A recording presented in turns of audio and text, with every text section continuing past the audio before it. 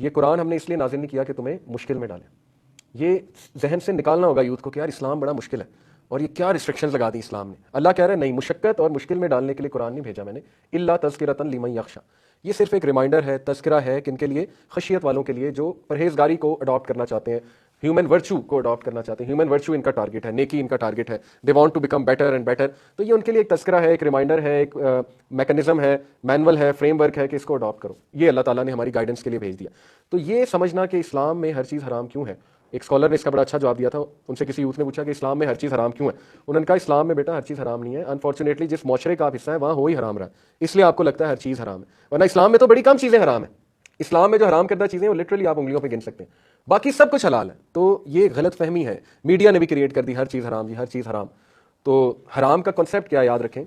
دیکھیں اسلام انڈیویجول اور public welfare کی بات کرتا ہے. جب بھی ایک دین یا مذہب یا وے آف لائف یہ کلیم کرتا ہے نا کہ وہ پوری انسانیت کے لیے آیا اور انسانیت کی بہتری کے لیے آیا, تو وہ انڈیویجول پلس پبلک ویلفیئر دونوں کو کیٹر کرنا چاہیے اسے. بدھزم انڈیویجول ویلفیئر تو شاید کر دے, شاید ہے وہ بھی, کہ آپ اپنی ہیلتھ بیٹر کر لیں, آپ یوگا کر لیں, آپ ذرا فزیکلی بہتر ہو جائیں گے, آپ کا فوکس ٹھیک ہو جائے گا, مائنڈ فلنس ہو جائے گی. لیکن سوسائٹی میں آ کر وہ میکانزم کامیاب نہیں ہے ان کا, سوسائٹی کے سولوشنز نہیں ہیں ان کے پاس سوشل پرابلمس کے. ٹھیک ہے, اسی طرح ہندوازم اور باقی مذاہب کو بھی دیکھیں تو پریکٹیکلی اسپیکنگ جب سوسائٹی کے ایشوز کھڑے ہوتے ہیں تو وہ کوسوں دور ہیں پریکٹیکلٹی سے. اسلام نہ صرف انڈیویجول ویلفیئر کی بات کرتا ہے, پبلک ویلفیئر کی بھی بات کرتا ہے. اور یاد رکھیں جو چیز پبلک ویلفیئر کے لیے نقصان دہ ہے وہ بین کرتا ہے اسلام.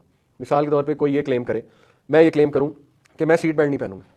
کیوں نہیں پہنو گے؟ میں اس لیے نہیں پہنوں گا کیونکہ میرا تو آج تک ایکسیڈنٹ نہیں ہوا, میں تو بہت اچھی گاڑی چلاتا ہوں. کوئی یہ کلیم کر سکتا ہے کہ میں ریڈ اشارے پہ نہیں رکوں گا. کیوں؟ کیونکہ میں بڑی ایزیلی نکل سکتا ہوں. اس کے دو نقصانات ہیں. ایک, جب آپ ریڈ اشارہ توڑیں گے تو آپ کو دیکھ کے باقی بھی توڑیں گے, اس سے کیا سوسائٹی میں کیوس پھیلے گا. ٹھیک ہے, اس میں ڈسپلن خراب ہوگا. دوسرا یہ کہ آپ جب اشارہ توڑیں گے تو آپ لا کو توڑیں, سمپل ایز دیٹ. اور لا کو توڑنا پبلک ویلفیئر کے نقصان میں ہے. ٹھیک ہے نا, آپ اپنی تو گارنٹی دے رہے ہیں جی کہ نہیں جی میں نہیں کبھی, اب آپ کو دیکھ کے دوسرے لوگ بھی یہ گارنٹیاں دینا شروع کر دیں تو کیا ہوگا, پبلک ویلفیئر کا نقصان ہوگا. سیٹ بیلٹ جسٹ بیکاز میں ایکسیڈنٹ نہیں کر رہا, پہلی تو بات یہ کلیم بھی غلط ہے, مجھے کیا پتا کبھی بھی ایکسیڈنٹ ہو جائے, سیٹ بیلٹ پہننا ضروری ہے, لیکن چلو مان لو جی مجھ سے نہیں ہوتا ایکسیڈنٹ, میں سیٹ بیلٹ نہیں پہنوں گا, تو آپ لا توڑیں نمبر 1. دوسرا یہ کہ آپ کو دیکھ کے دوسرے لوگ نہیں پہنیں گے تو ان کا ایکسیڈنٹ ہو گیا, اس کی ذمہ داری کون لے گا.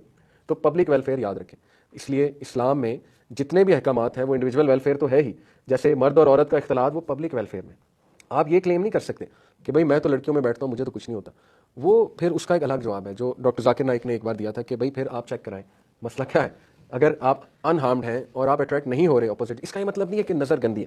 اب یہ بات کو اس طرح لے لیا جاتا ہے لبرل طبقے میں کہ دیکھو جی ان کی سوچ ہی گندی ہے. ایسی بات نہیں ہے, یہ سائیکالوجسٹ کہہ رہے ہیں کہ اٹریکشن ہوتی ہے ایک ٹائم, چلو شروع میں you try to be respectful and all that, اور ریسپیکٹفل ہی ہونا چاہیے.